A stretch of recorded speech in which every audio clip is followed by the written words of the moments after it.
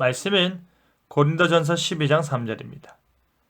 그러므로 내가 너희에게 알리노니 하나님의 영으로 말하는 자는 누구든지 예수를 저주할 자라 하지 아니하고 또 성령으로 아니하고는 누구든지 예수를 주시라 할 수 없느니라.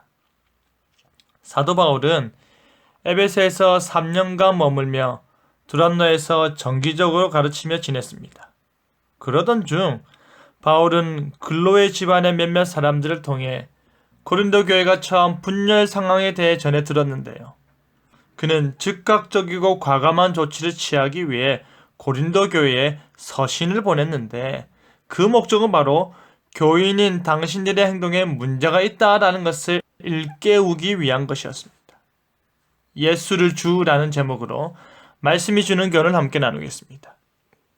먼저 바울은 하나님의 영으로 말하는 자는 예수를 저주할 자라 하지 않는다 합니다. 이 말은 무슨 뜻인지 아십니까? 저주할 자의 헬라어 아나테마의 원 의미는요, 신에게 드려진 것 혹은 신의 저주 아래 놓인 것을 의미하는데요. 당시 사람들은 이 저주할 자라는 말을 자신이 저주하고자 하는 대상에게 사용하였습니다. 그것이 그 당시의 이교적인 문화였지요. 다시 말하면 예수님을 저주하고자 하는 자들이 예수를 저주할 자라고 말하는 것이지요. 그런데 지금 바울이 무엇을 강조하고 있습니까? 진정 하나님의 영으로 말하는 자는 예수님을 저주하지 않는다라는 것입니다. 만약에 교회 공동체 안에서 예수님을 저주하는 자는 결코 하나님의 영이 그 안에 있지 아니한 자라는 말입니다. 교회 안에 있지만 중생하지 못한 자라는 말이지요. 또한 하나님의 영이 아니고서는 예수님을 주라 할 수 없다 말합니다. 이 말은 무슨 뜻일까요? 하나님의 영이 내주하는 자는 결코 예수님을 저주할 수 없을 뿐더러 반대로 하나님의 영이 그 안에 거하지 아니하는 자는 결코 예수님을 자신의 주님으로 고백할 수 없다라는 것입니다. 예수님을 거부하며 예수님을 저주받은 자로 인식하는 유대교인들과 예수님을 인정하며 예수님을 주로 고백하는 그리스도인들을 비교하는 것입니다. 여러분, 특별히 사도 바울이 그리스도라는 말 대신에 예수라는 말을 강조하고 있는 이유가 무엇인 줄 아십니까? 그것은 유대인들이 거부한 예수님의 참된 인성을 드러내는 것입니다. 하나님의 아들로서 사람의 몸을 입고 성육신하신 후 이 땅 가운데 사시다가 그의 택하신 백성을 구속하기 위해 죽으시고 부활하신 그리스도가 바로 예수님이심을 강조하는 것입니다.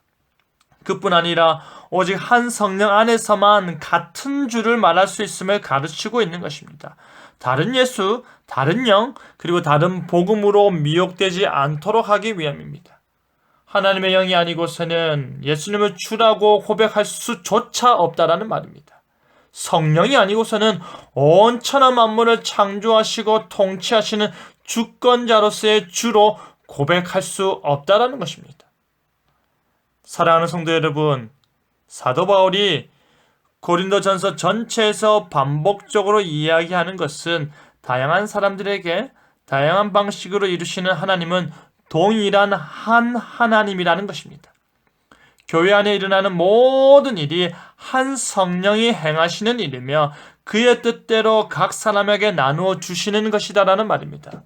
한 몸인데 몸의 일부분이 고통을 받으면 다른 모든 몸이 함께 고통을 받는다라는 것이죠. 모든 것이 가나 모든 것이 유익하지 않다면 성도들의 유익을 위하는 것이 옳다라는 것입니다. 그 옳음을 행할 때 항상 우리의 행동은 사랑이어야 한다라는 것입니다.